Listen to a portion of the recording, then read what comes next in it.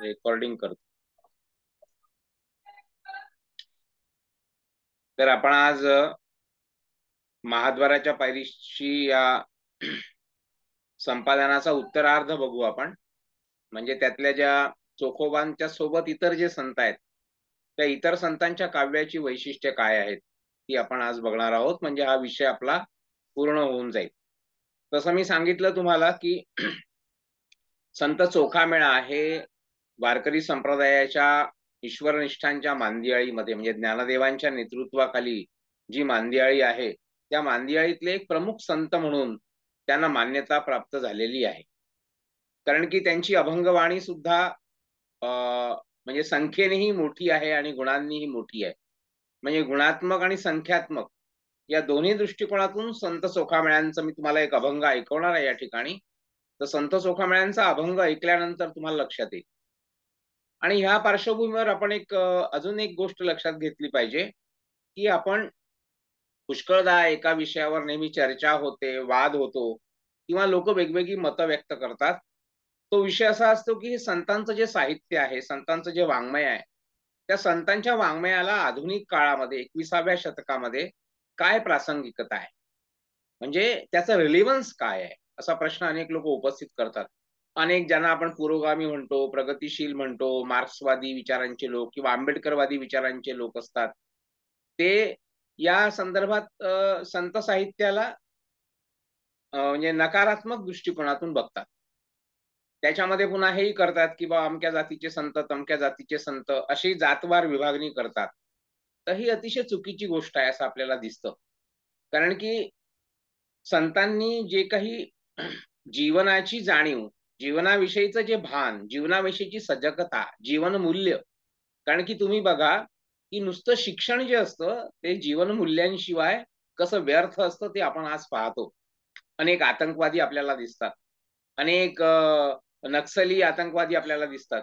Even आपल्या बाबासाहेब आंबेडकरांच्या घराण्यामध्ये जे प्रकाश आंबेडकर नावाचे आज नेते आहेत, त्यांचे एक नातेवाईक जे आहेत, तेलतुंबडे नावाचे, ते नक्षली चळवळीमध्ये आणि असल्याचं आता अनेक ठिकाणी पोलिसांच्या ह्याच्यातून सिद्ध झालेलं आहे. किंवा आपण पाहतो की इस्लामी आतंकवादी जे आहेत मोठे मोठे, ते शिकलेले इंजिनियर्स आणि ज्यांनी बघा ट्विन टॉवर्स अमेरिकेचं जे उडवलं होतं. तर याच्यावरून आपल्याला कसं दिसतं की केवळ शिक्षण महत्वाचं नाही. अनेक लोक काय शिक्षण शिक्षण करतात. पण शिक्षणापेक्षा जे शहाणपण आहे जीवनाविषयीचं, जे आपल्याला बहिणाबाईंच्या म्हणजे चौधरींच्या कवितेमध्ये दिसतं किंवा बहिणाबाईंच्या कवितेमध्ये दिसतं, जे जनाबाईंच्या कवितेमध्ये दिसतं, जे मुक्ताबाई ज्ञानदेवांना एक प्रकारे जागृत करणाऱ्या त्यांच्या छोट्या भगिनी मुक्ताबाई त्यांच्यामध्ये जे आपल्याला दिसतं, सोयराबाईंमध्ये जे दिसतं, संत जराबाईंमध्ये जे दिसतं. म्हणजे बघा त्या काळातल्या स्त्रिया, आपण म्हणतो की स्त्रियांना शिक्षणाचा अधिकार नव्हता वगैरे वगैरे. पण मागे मी तुम्हाला प्रोफेसर धर्मपालांच्या 18व्या शतकातील शिक्षणाबद्दलचं पाठवलं होतं, की इंग्रज येण्यापूर्वी आपल्या देशामध्ये शिक्षणाच्या कोणत्या कोणत्या व्यवस्था होत्या. आपल्याला माहिती आहे की नालंदा, तक्षशिला सारखी जर विद्यापीठं आपल्या देशामध्ये होती, तर आपल्या देशामध्ये शिक्षणाची व्यवस्था नव्हती असं आपण म्हणू शकत नाही. किंवा त्यांनी तर सिद्ध करून दाखवलेलं आहे की मी इंग्रज येण्याच्या आधी वेगवेगळे जे प्रांत होते, Madras residency, Mumbai residency, Bengal residency, हे जे प्रांत होते त्या प्रांतामध्ये ज्या शाळा होत्या त्याच्यामध्ये स्त्रिया पण येत होत्या, त्याच्यामध्ये शूद्र जातीचे लोक पण येत होते, म्हणजे दलित जातीचे लोक पण त्या शाळेमध्ये शिकत होते. असं त्यांनी सप्रमाण सिद्ध करून दाखवलेलं आपल्याला दिसतं. अर्थात जातीपाती आणि जाती व्यवस्था, वर्णव्यवस्था याच्यामुळे खूप मोठं नुकसान आपल्या समाज व्यवस्था झालं दिसतं. पण याचा अर्थ काही लोक जे संतांच्या साहित्यावर टीका करतात ती आपल्याला कोणत्याही पद्धतीने योग्य असं दिसत नाही. कारण की आपण आजही जेव्हा म्हणजे ज्ञानदेवांचं पसायदान आदर्श म्हणून आपण जेव्हा समोर ठेवतो, त्याच्यातच आपल्याला संतांच्या विचारांची प्रासंगिकता दिसून येते. संत आपल्याला उपदेश करतात. संत आपल्याला जीवन कसं जगायचं शिकवतात. नुसतं शिक्षण आणि जे असं जर झालं असतं, की शिकलेला व्यक्ती जो आहे, तर आपल्याला जनाबाईंसारखे अभंग आणि लिहिता येत नाही शिक्षण घेतल्याने. जनाबाईंसारखे अभंग, मुक्ताबाईंसारखे अभंग, ज्ञानदेवांसारखे अभंग, नामदेवांसारखे अभंग, म्हणजे शिक्षणाची आपली जी शाळेची चौकट आहे ना संकल्पना, ती आपल्या डोक्यातून जर आपण काढून टाकली, तर आपल्याला ज्ञानदेवांसारखा शिक्षित व्यक्ती, ज्ञानदेवांच्या साहित्यावर आज जर भारतातल्या अनेक विद्यापीठांमध्ये आणि मराठी विशेषतः लोक, विद्वान लोक कितीतरी संशोधन करून आणि पीएचडी पदवी प्राप्त करतात, याचा अर्थ असा आहे की आपल्यापेक्षा आधुनिक काळातल्या लोकांपेक्षा त्यांचं शिक्षणाचा स्तर जास्ती आहे, त्यांचा प्रतिभेचा स्तर जास्ती आहे. लक्षात घ्या, त्यांची विवेकबुद्धी आहे, रॅशनॅलिटी ज्याला म्हणतात, रॅशनॅलिझम ज्याला म्हणतात, विवेकवाद ज्याला म्हणतात, तो विवेकवाद संतांपासून आपण शिकला पाहिजे. आणि ज्या काळामध्ये म्हणजे आज जर समजा मार्क्सवादाच्या माध्यमातून समाजाची समता बाबासाहेबांच्या आणि बाकीच्या सगळ्या फ्रेंच राज्यक्रांतीच्या, पण खरी समाजामध्ये समता जी स्थापित केली, समानता स्थापित करण्याचा प्रयत्न केला, तो संतांनी 800-1000 वर्षापूर्वी केलेला आपल्याला दिसतो. अनेक संतांनी केलाय, म्हणजे वारकरी संतांचा आपण उदाहरण घेतोय. तर जर रिलिव्हन्स पाहिलं, प्रासंगिकता पाहिली या लोकांच्या विचारांची, तर उलट हे जे लोक आहेत प्रगतीवादी म्हणवणारे, काही लोक स्वतःला आंबेडकरवादी म्हणवणारे वगैरे, ते मात्र प्रत्यक्ष जीवनामध्ये, व्यवहारामध्ये जातीयता पाळताना दिसतात, जातीवाद पाळताना दिसतात. एक विद्वान मोठे लेखक आहेत आपल्या नागपूरमध्ये, नागपूर विद्यापीठामध्ये होते ते. मी जेव्हा 94 ते 98 या कालखंडामध्ये नागपूर विद्यापीठाच्या मराठी विभागामध्ये रिसर्च फेलो म्हणून काम करत होतो, तेव्हा ते तिथे होते. चांगले कवी म्हणून चांगले आहेत, विचारवंत म्हणून आहेत, आंबेडकरवादी विचारवंत लोक म्हणतात त्यांना. पण त्यांच्या व्यवहारामध्ये जो एक प्रकारची एक जातीयता आणि अशा प्रकारचं हे होतं, तर ते विद्यार्थ्यांना सांगायची की हा अमका अमका व्यक्ती आहे, हा अमक्या अमक्या विचारधारेचा आहे. कदाचित तेव्हा त्यांना मी ब्राह्मण जातीतला आहे असं कदाचित त्यांना वाटत असेल. ऍक्च्युअल त्यांना माहित नव्हतं की मी तसा योग, आता जातीमध्ये जन्मणं हा योगायोग असतो, त्याच्यावरून कोणी जर स्वतःला श्रेष्ठ समजत असेल तर त्याच्या इतका मूर्खपणा नाही. की आणि जाती ज्या असतात त्याच्यावरही काही हे नसतं, जातीमध्ये वर्णसंकर होत आलेला असतो. कोणी कारण की कोणी जर ब्राह्मण असेल म्हणजे तो ब्राह्मणच असतो असं नाही, किंवा कोणी अमक्या जातीचा असतो, तेली कुंभी माळी वगैरे असतो, तो त्याच जातीचाच असेलच असं नाही. कारण की जातीमध्ये वर्णसंकर होत असतो. कोण कोणत्या आपल्या पिढ्यांच्या आधीच्या याच्यामध्ये कुठे कोणापासून काय झालेलं आहे आणि कोणती जात आलेली आहे काहीच आपल्याला सांगता येत नाही. आणि म्हणून आणि जी आपल्याला ऍक्सिडेंटल आहे, म्हणजे जी आपल्याला अपघाताने प्राप्त झाली आहे, माझा काही अधिकार नाही मी कोणत्या जातीत जन्माला येतो.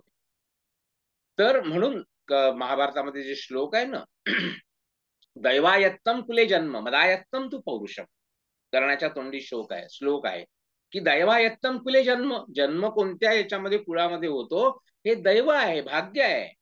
पण मदायत्तम तू पौरुषम, पण पौरुष प्राप्त करणं, पराक्रम करणं, विजय प्राप्त करणं, प्रतिभेच्या माध्यमातून जगावर आपला प्रभाव सोडणं, हे काही जातीवर अवलंबून नसतं.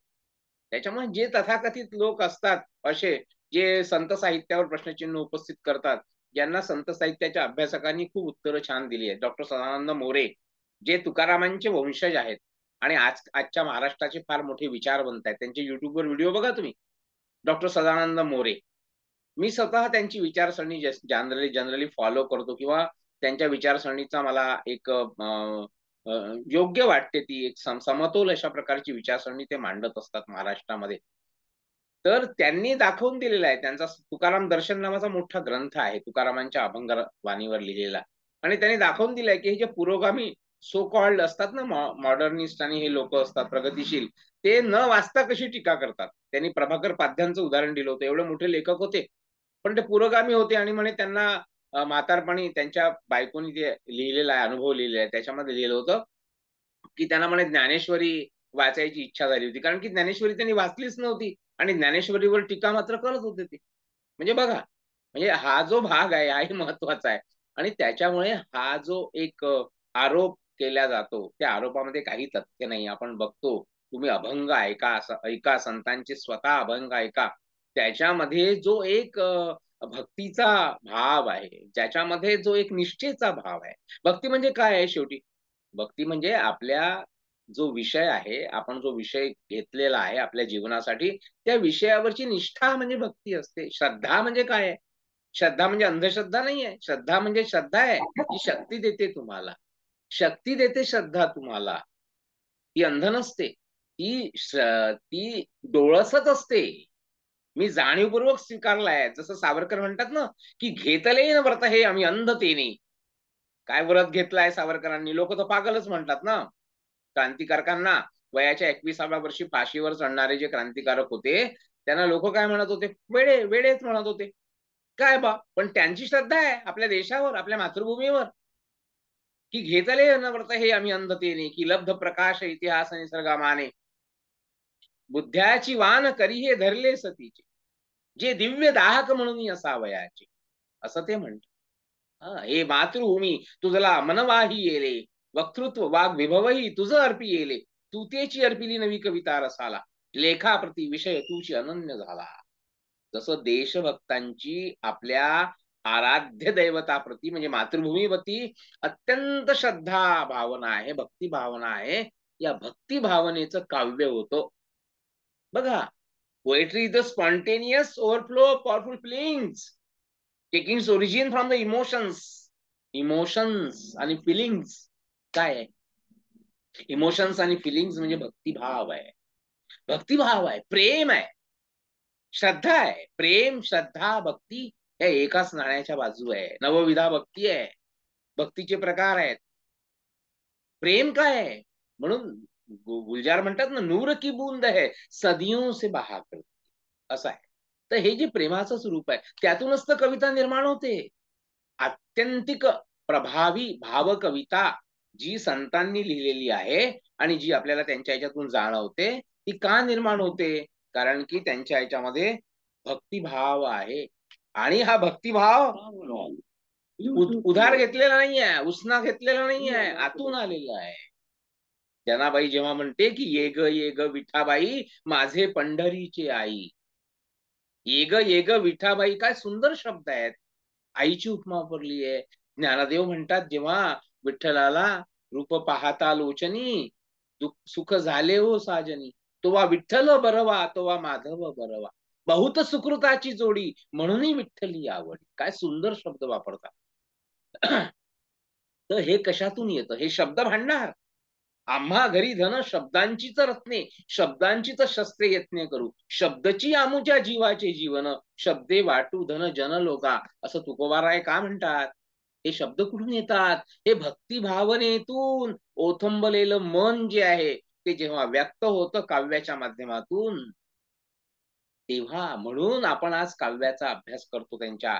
आपण पदव्युत्तर पदवी घेत आहोत आणि वेडे नाही आहेत लोक की काहीतरी अभ्यासक्रम लावायचा म्हणून लावून टाकला भक्तीचा, की मी काही रोज देवाची पूजा करत बसतो 4 तास गंध लावून. नाही, कधीच नाही करत. पण मला वाटतं की हे भक्ती वाङ्मय जे आहे, हे साहित्य जे आहे ते खरं अभिजात वाङ्मय आहे, ज्याच्यामध्ये वाङ्मयीन दर्जा आहे, जो आजच्याही साहित्यामध्ये आपल्याला दिसत नाही. लक्षात घ्या, ज्या ज्या प्रकारची अनुभूती आणि शब्दांच्या माध्यमातून ज्ञानदेवांसारखा कवी व्यक्त करतो, जनाबाईंसारखी कवयित्री व्यक्त करते, कान्होपात्रांसारखी कवयित्री व्यक्त करते जीवनात. आणि जीवन काय असतं? जीवन प्रवाही आहे. जुन्या काळातलं जीवन म्हणून टाकावं असतं का? आजचं जीवन चांगलं आणि मागचं जीवन वाईट असं थोडी असतं. असं नसतं. आजचं जीवनही वाईट असू शकतं आणि मागचंही जीवन वाईट असू शकतं, आहे की नाही? एक सुभाषित आहे, प्रसिद्ध सुभाषित आहे, मला आठवलं की सांगतो मी तुम्हाला, की जुनं जे असतं ते सगळं जुनं वाईट नसतं आणि नवं आहे म्हणून वाईट नसतं. नवंही वाईट नसतं. जुनं आहे म्हणून चांगलंही नसतं आणि नवं आहे म्हणून चांगलंही नसतं. लक्षात घ्या. त्याच्यामधला जो जीवनाचा कंद आहे तो महत्वाचा असतो आणि संत साहित्यामध्ये तो आपल्याला दिसतो. म्हणून आपण चोखोबांची अभंगवाणी जेव्हा पाहत होतो तेव्हा आपल्याला दिसतं की ते काय म्हणत होते. सुखाचे जे सुख चंद्रभागे तटी, पंढरी महात्म्य वर्णन केलं आणि अबीर गुलाल उधळीत रंग, त्यांचा प्रसिद्ध अभंग आहे. बघा, चोखोबांची अभंगवाणी आज आपण म्हणतोय. विचार करतो का कोणी? हृदयनाथ मंगेशकर कोणत्या जातीचे आहेत? भीमसेन जोशी कोणत्या जातीचे आहेत? जितेंद्र अभिषेकी कोणत्या जातीचे आहेत? त्यांनी विचार केला का की चोखोबा कोणत्या जातीचे आहेत म्हणून? हे विचार करतात.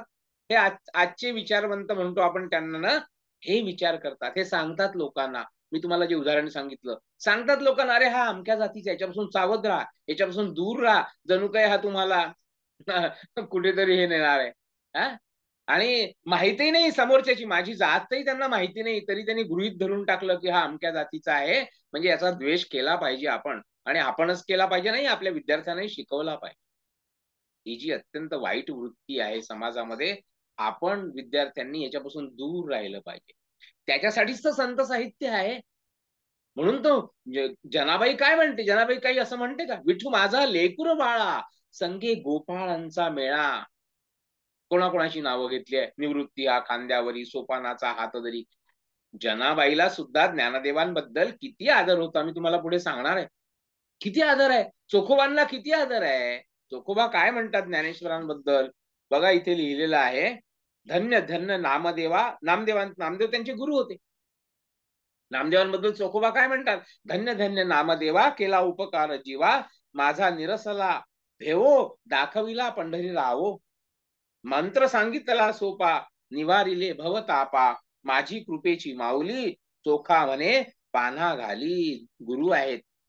आणि गुरु परंपरा आपल्याला माहिती आहे की ज्ञानदेवांपासूनची गुरु परंपरा आहे. विसोबा आणि नामदेव महाराज आणि मग चोखा मेळा.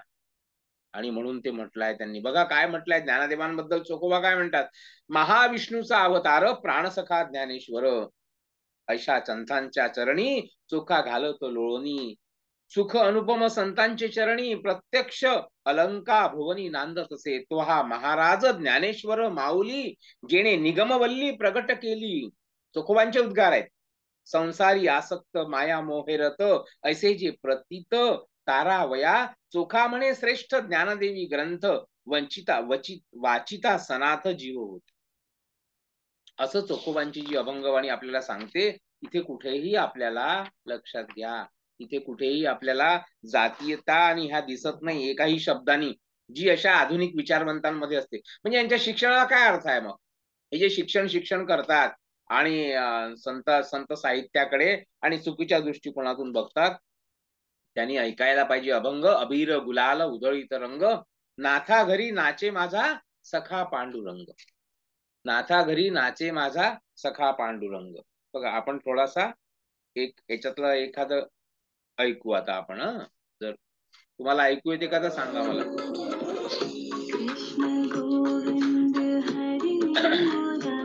सारेगामा कारवा डिजिटल ऑडिओ प्लेअर. यामध्ये आहेत 5000 सदाबहार गाणी आणि काही आठवणी.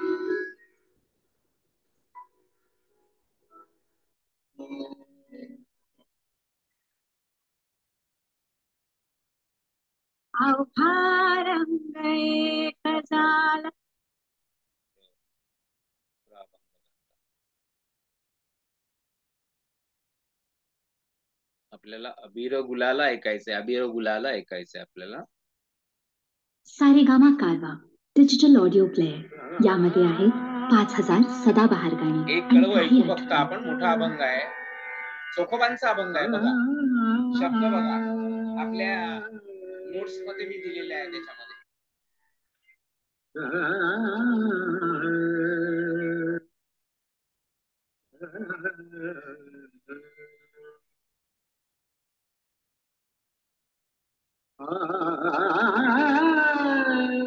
अबीर गुलाल उधळीत रंग, अबीर गुलाल उधळीत रंग, अबीर गुलाल उधळीत रंग, रंग रंग अबीर गुलाल उधळीत रंग, नाथा घरी नाचे माझा सखा पांडुरंग, नाथा घरी नाचे माझा सखा पांडुरंग, नाथा घरी नाचे माझा सखा पांडुरंग, अबीर गुलाल उधळीत रंग, अबीर गुलाल उधळीत रंग, रंग रंग अबीर गुलाल.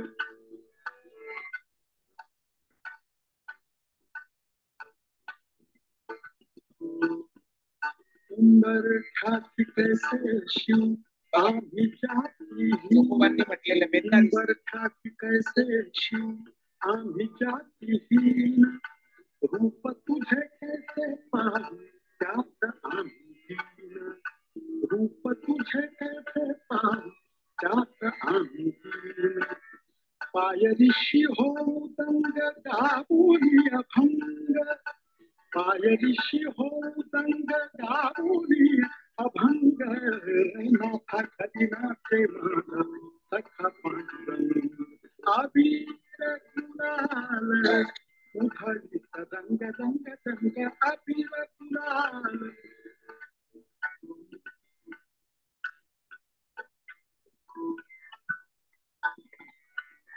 बाळवंतिका आम्ही बाळवंती नातू बाळवंतिका बाळवंतिका बाळवंतिका आम्ही बाळवंती नातू चंद्रभागेच्या पाणी अंग अंग न्हाण चंद्रभागेच्या पाणी अंग अंग न्हाण विठ्ठलाचे नाम घेऊ विठ्ठलाचे नाम घेऊ होऊन निसंग नाथा खरी नाथे माझा अखा पांडुरंग अबीर गुलाल उधळी तरंग नाथा खरी नाथे माझा अखा पांडुरंग. तर बघा हा जो अभंग आहे की त्याच्यातून आपल्याला दिसतं की म्हणजे आजही संत चोखामेळ्यांची अभंगवाणी असे कितीतरी अभंग आहेत. मी त्या दिवशी तुम्हाला चोखोबांची पूर्ण गाथा दाखवली होती, संपूर्ण अभंग गाथा आता नव्या काळामध्ये निर्माण झाली. बघा आपल्यासारखा किती आधुनिक मनुष्य आहे, आपणही आधुनिकच विचारांचे आहोत ना, अत्यंत आधुनिक विचारांचे आपण आहोत. आणि आज आपण 21व्या शतकामध्ये आहोत आणि 21व्या शतकामध्ये सुद्धा आपल्यासारख्या आधुनिक विचारांच्या किंवा माझ्या आपल्याही पेक्षा कोणी जे स्वतःला खूप मॉडर्न समजत असतील, सो कॉल्ड मॉडर्न समजत असतील ना, त्याही लोकांना या अभंगवाणीचं जे आहे ती मोहिनी पडते. त्याही लोकांना यातला भक्तिभाव जो आहे तो जो कुठेतरी आपल्या शेवटी आपल्याला कसा आहे, मनाची शांती महत्वाची आहे, अंतर्मनाची शांतता महत्वाची आहे. आणि अंतर्मनाची शांतता कुठून येते? अंतर्मनाची शांतता बाह्य आणि अशा लौकिक भौतिक सुखाच्या गोष्टीतून येत नाही, हे सगळ्यांना माहिती आहे. कळतं पण वळत नाही असा भाग असतो तो. पण जे जाणते लोक आहेत, जे समजदार आहेत, जे सुजाण आहेत, जे विवेकी आहेत, जे ज्यांच्यामध्ये एक प्रकारचं शहाणपण आहे, ज्याला आपण म्हणतो की पारंपरिक शहाणपण जे असतं, जे बहिणाबाईंच्या चौधरींच्या कवितेमध्ये आपल्याला दिसतं, ते या संतांच्या काव्यामध्ये जे आहे त्याच्यातून ती जीवनमूल्य आहे ना. जीवनमूल्य नाही तर मूल्य शिक्षणाचा वेगळा विषय कशाला मुलांना दिला असता. शिक्षणातूनही खरं म्हणजे जीवनमूल्य रुजली पाहिजे, म्हणूनच संत साहित्य अभ्यासाला असतं. लक्षात घ्या मित्रांनो, संत साहित्य अभ्यासक्रमामध्ये कशासाठी आहे की संत साहित्याच्या माध्यमातून जी काही एक जीवनमूल्य आहे ती जीवनमूल्य साहित्याच्या अभ्यासासोबत जीवनमूल्य रुजली पाहिजे, संस्कृती रुजली पाहिजे. आणि त्याच्या माध्यमातून माणसाचा विकास जो आहे, आणि विकास नुसता नाहीये म्हणून काय म्हणतात आपण, सस्टेनेबल डेव्हलपमेंट म्हणतो, समग्र विकास म्हणतो. डेव्हलपमेंट कशा प्रकारचं, त्याच्यामध्ये समाजाचं पण उन्नती आहे असं डेव्हलपमेंट. नुसते सिमेंटचे रस्ते बांधले, नुसतं हे बांधलं ते बांधलं तसं नाही. सोबत संस्कृतीचाही विकास झाला पाहिजे ना, आपला सांस्कृतिक विकास झाला पाहिजे. नुसत्या बिल्डिंगा बांधल्याने काय होणार आहे. तर हे जे काही आहे हे कशातून येतं, हे संत साहित्यातून येतं. म्हणून उंबरठ्यासी कैसे शिव आम्ही जातीहीन, रूप तुझे कैसे पाहू त्याता आम्ही दीन, अशी वेदना व्यक्त करतात. आणि आपल्याला दिसतं की ही अशा प्रकारची जी अभंगवाणी आहे चोखोबांची अभंगवाणी, आणि त्याच्यामुळे त्यांच्या काव्य निर्मितीची प्रेरणा काय आहे, शेवटचा मुद्दा आहे. त्यांच्या काव्यनिर्मितीची प्रेरणा ही एका बाजूला आध्यात्मिकता आहेच, आध्यात्मिक आहे ना, आपल्या आत्मोन्नतीसाठी त्यांनी मांडलेला हा यज्ञ आहे. आत्मोन्नती साधायची आहे त्यांना. भले भलेही ते वेगवेगळ्या प्रकारच्या कष्टामध्ये आहेत, जातीप्रथेच्या कष्टामध्ये आहेत, शोषण होत आहे, त्यांना लोक दूर दूर हो म्हणत आहेत, किंवा त्यांच्यावर अनेक प्रकारचे अन्याय अत्याचार होत आहेत, त्याच्यातूनही ते शक्ती प्राप्त करतात. म्हणजे एक आध्यात्मिक प्रेरणा आहे, एक सामाजिक प्रेरणा सुद्धा आहे. चोखोबांच्या अभंगवाणीचं वेगळेपण हेच आहे की त्यांच्या ह्याच्यामध्ये सामाजिक प्रेरणा सुद्धा आहे. आपलं सामाजिक दुःख जे आहे, जातीप्रथेतून आलेलं दुःख जे आहे ते पण मांडायला ते कसरत नाही ना, त्यांनी मांडलंच आहे ते दुःख, आपल्या लक्षात येतं. तर ही दोन्ही प्रकारची प्रेरणा ज्याच्यामध्ये आहे, म्हणून दलित काव्याचा जो आदिबंध आहे, आधुनिक दलित काव्याचा जो आदिबंध आहे किंवा आदिसूत्र जे आहे, ते सूत्र आपल्याला चोखोबांच्या आर्त अभंगवाणीमध्ये पाहायला मिळतं असं दिसतं आपल्याला. चोखोबांच्या नंतर आपण जर विचार केला तर सोयराबाईंची अभंगवाणी आजच्या पिरियड मध्ये जर आपल्याला थोडं जाता नाही आलं तर आपण उद्याच्या पिरियड मध्ये पूर्ण करू, कारण की आपल्याला चोखोबांसोबतच सोयराबाई आहेत विशेषतः, आणि 2 संत कवयित्री आहेत त्यांचा पण विचार करायचा.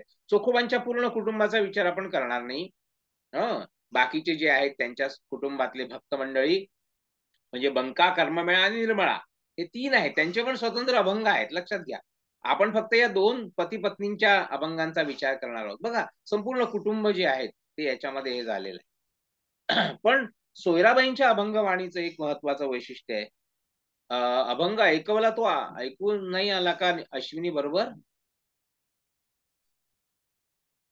येत नव्हता का? येत होता सर आवाज व्यवस्थित. येत होता ना, त्या रेकॉर्डिंगचा आवाज येत होता ना. तर हो. सोयराबाईंची अभंगवाणी सुद्धा बघा, तुम्हाला माहित नसेल तर अलीकडच्या काळामध्ये कीर्तनाच्या परंपरेवर एक नाटक आलं होतं मधल्या काळामध्ये, अवघा रंग एक झाला. त्याचं नाव काय होतं माहितीये तुम्हाला? अवघा रंग एक झाला. आणि अवघा रंग एक झाला हा अभंग कोणाचा आहे? हा संत सोयराबाईंचा अभंग आहे. अवघा रंग एक झाला, रंगी रंगला श्रीरंग. किती सुंदर अभंग लिहिलाय सोयराबाईंनी बघा. तर सोयराबाईंची अभंगवाणी जी आहे ती, चोखोबा हे सोयराबाईंचे गुरु आहेत. म्हणजे पत्नीलाच गुरु केलेला आहे सोयराबाईंनी, आपल्या पतीला गुरु केलेला आहे. आणि त्याच्यामुळे त्यांच्या चोख्याची महारी असा उल्लेख त्या स्वतः कधी कधी करतात आपल्या नाममुद्रा वापरताना. पण सोयराबाईंची अभंगवाणी म्हणजे एक स्त्री सुलभ रसाळ अशा प्रकारची प्रासादिकता बघा किती आहे त्यांच्या याच्यामध्ये. आणि ती त्यांच्या जवळपास 62 अभंग उपलब्ध आहे. आणि ते वारकरी संप्रदायामध्ये त्यांचं खूप मोठं नाव, म्हणजे चोखोबांसोबतच त्यांचं नाव आहे असं आपल्याला दिसतं. आणि म्हणून त्यांनी बघा की नामस्मरणाच्या बळावर काय होतं, तर आपण एकरूप होऊन जातो, समरसता निर्माण होते. बघा, वारकरी जसं असतं ना, वारकरी एकमेकांच्या पायाला नमस्कार करतात किंवा वारीमध्ये करतात तेव्हा जातपात पाहतात का? नाही पाहत. गजरच काय आहे की ज्ञानेश्वर माऊली तुकाराम, ज्ञानोबा माऊली तुकाराम असा गजर आहे. तिथे ज्ञानदेवांची जात. आता काही लोक आहेत आधुनिक काळात स्वतःला आधुनिक म्हणवणारे, पण त्यांची डोकी जी आहेत ती मध्ययुगामध्ये, उलट ते जातीयवादी आहेत असं मला वाटतं. म्हणजे संतांची जात शोधायची, अमका संत अमक्या जातीचा आहे म्हणून त्याचं वाङ्मय आम्ही शिकवणार नाही. होतं एक आमच्या इथे एक असंच प्रकरण. एक प्राध्यापक होते की ते म्हणायचे, ते त्यांचं म्हणणं होतं की ज्ञानेश्वरांचं साहित्य नाही शिकवणार ते, कारण की ज्ञानेश्वर उच्चवर्णीय आहेत वगैरे वगैरे. तर हे याच्यापेक्षा तर बावळटपणा दुसरा नाहीये, मला तसं वाटतं. पण बघा, म्हणजे आधुनिकातले आधुनिक लोक संतांमध्ये जातीपातीमध्ये भेद करत आहेत, आणि संत मात्र काय करत आहेत? संत सगळ्यांना एकत्र जोडत आहेत, समानता निर्माण करत आहेत. म्हणून ती काय म्हणते, नामाच्या बळावर काय होतं? विटाळाचे जाळे तुटते, अवघा रंग एक झाला, रंगी रंगला श्रीरंग.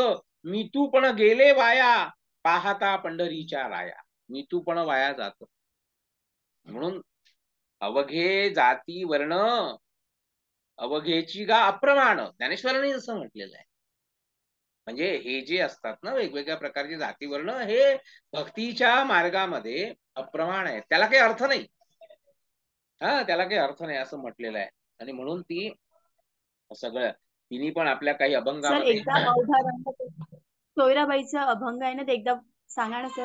हा तो ऐकवतोय मी, 1 मिनिटात. तो खूप चांगला नाही अभंग. तुम्हीच सांगा, दोन ओळ सांगितली तरी चालेल. सांगतो ना. तो अभंग जो आहे ना, अवघा रंग एक झाला, रंगी रंगला श्रीरंग.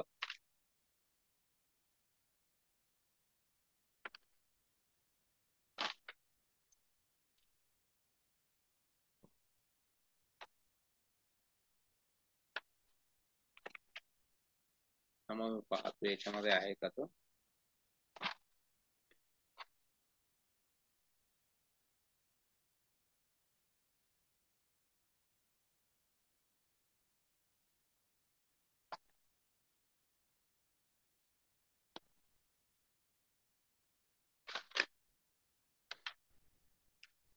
आणि आपण ऐकू तो. 2च मिनिटं राहिले आहेत, कारण की इथे याच्यामध्ये माझ्याजवळ जे हे आहे ना त्याच्यामध्ये तो आलेला नाहीये, बहुतेक आलेला नाहीये तो.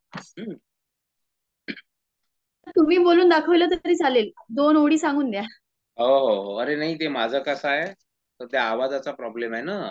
अवघा रंग एक नाही झाला. चालेल. आणि काय असतं माहितीये का, त्या या ज्या असतात ना आपल्या किशोरी आमोणकरांनी म्हटलेला आहे तो अभंग, तो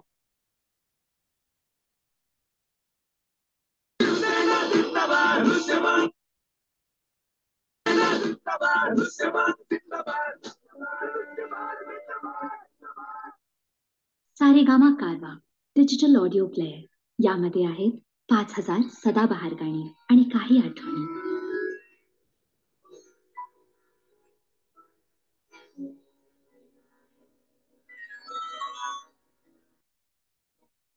अवघा रंग एक झाला, मी नंतरही ऐकू शकता चांगला आरामात. या किशोरी आमोणकर ज्या मुख्य शास्त्रीय गायिका होत्या.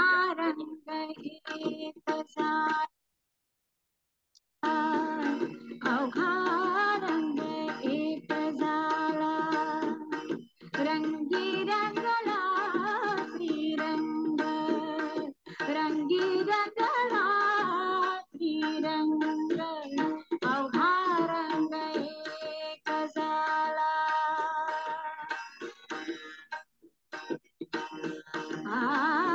मी तू पण गेले वाया,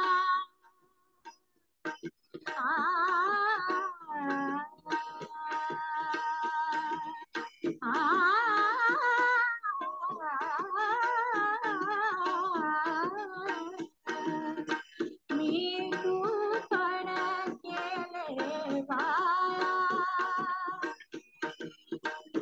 पाहता पंढरीच्या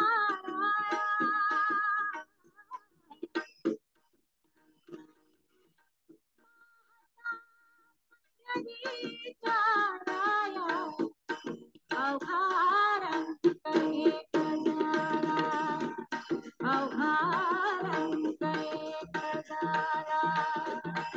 रंगी रंगला श्रीरंग, रंगी रंगला श्रीरंग. अवघा रंग एक झाला.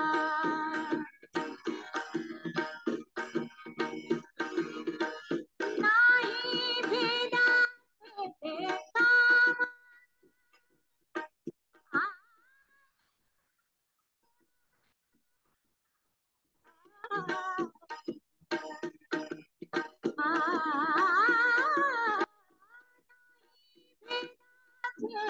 ते काम